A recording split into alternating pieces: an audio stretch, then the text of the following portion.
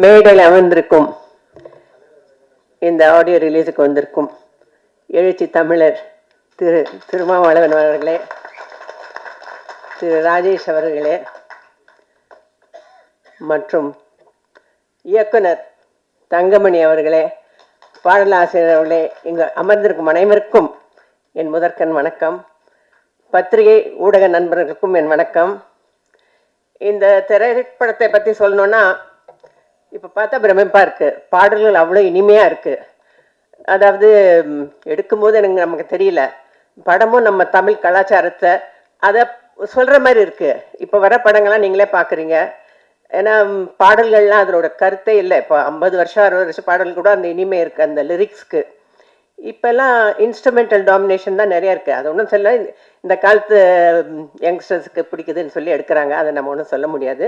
ஆனால் இதை ரொம்ப அருமையாக எடுத்திருக்காரு இயக்குனர். அவரை என்னை இந்த ரோல் பண்ண சொன்னார். நான் கொஞ்சம் யோசித்தேன், இது வேணுமா பண்ணணுமான்னு. இல்லைம்மா, நீங்கள் பண்ணிங்கன்னா நல்லா வரும், நீங்கள் பண்ணணும். அதே மாதிரி மனோரமா ஆட்சி கூட பேசினாங்க, நீங்கள் பண்ணால் ரொம்ப நல்லா இருக்கும், நான் ரொம்ப சந்தோஷப்படுவேன் நாங்கள். அதனால் அதை பண்ணியிருக்கேன். படத்தை நடித்த கதாநாயகன், கதாநாயகி மற்றும் வில்லன் எல்லாருமே ரொம்ப சூப்பராக நடிச்சிருக்காங்க. எல்லாம் இந்த காலத்து யங்ஸ்டர்ஸ் ரொம்ப திறமையானவங்க. அவங்களெல்லாம் நீங்கள் ஆதரிக்கணும். இந்த படத்தை பெரும் வெற்றி ஆகணும்னு வேண்டிக்கிறேன். ஏன்னா இப்போதான் வேணால் படங்கள்லாம் வரதும் தெரியல, போகிறதும் தெரியல. அப்புறம் என்ன எல்லாம் அந்த இதெல்லாம் பார்க்க மொபைல்லே பார்த்துடுறாங்க. எங்கள் காலத்துலலாம் 25 வாரம் 200 நாள் ஒன்று படங்கள்லாம் இருக்குது. இப்போ நம்ம ஹீரோ சார் ஒன்று சொன்னார், அவர் சொன்னது சரிதான். ஆனால் ஒன்று சொல்கிறேன், நான் நடிக்க உலகம் சுற்றுவான் 73 ரிலீஸ் ஆச்சு. 73 52 வருஷத்துக்கு மேலே ஆயிடுச்சுன்னு வச்சுக்கோங்களேன்.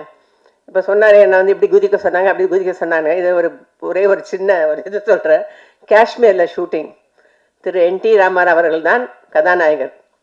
அதாவது அந்த ஐஸில் ஸ்கேட்டிங் பண்ணோம், ஐஸில் சறுக்கிக்கிட்டு வரணும். எனக்கு இவ்வளோ ஷார்ட் ட்ரெஸ் கொடுத்துட்டாங்க. அவர் ஃபுல்லாக பேண்ட்டு ஷர்ட்டு போட்டு வந்துட்டாரு. என்ன பண்ண முடியும்? சறுக்கின்னு எனக்கு அப்படியே நடுங்கிடுச்சு. போனேன்னு கொடுத்துங்க சொல்கிறேன். இதெல்லாம் சகஜம்தான் இண்டஸ்ட்ரியில். இல்லை சும்மா ஒரு தமாஷ் சொன்னேன், தப்பாக சொல்லலை, நீங்கள் சொன்னதுக்காக சொல்கிறேன். இதெல்லாம் எனிவே அந்த படம், அந்த காலத்து படங்கள் நான் நடிச்சிருக்கேன். புரட்சித் தலைவர் எம்ஜிஆர் தான் என்னை அறிமுகப்படுத்தினார். பின்னர் நடிகர் திலகம் சிவாஜி அவர்களுடனும் திரு கமலஹாசனும் ரஜினி அவர்களுடன் தமிழ், தெலுங்கு, கன்னடம், மலையாளம் 280 படங்களுக்கு மேலே நடிச்சிருக்கேன். அதுக்கப்புறமா 2வது திரைப்பயணம் தொடங்கிச்சு. நான் கொஞ்ச நாள் சிங்கப்பூரில் இருந்தேன். அப்புறம் மறுபடியும் ராஜ்கிரண் ஃபோர்ஸ் பண்ணார், மறுபடியும் நடிக்க வச்சாங்க. அப்புறம் ராதிகா சொல்லிச்சு, நீங்கள் சீரியல் படமே வேண்டாம், ராதிகா சீரியல் ஒரு லாங் ஜேர்னி. இதை கொடுத்த எல்லாருக்கும் ரொம்ப நன்றி. இன்னைக்கு வரைக்கும் பாராட்டிட்டு இருக்கீங்க. இங்கே இருக்கிற அனைவருக்கும் என் வாழ்த்துக்கள். இந்த படம் மிகப்பெரிய வெற்றியட என்னுடைய மனமான வாழ்த்துக்கள். இதுக்கு நீங்கள் ஊக்குவிக்க வேண்டும். நன்றி, வணக்கம்.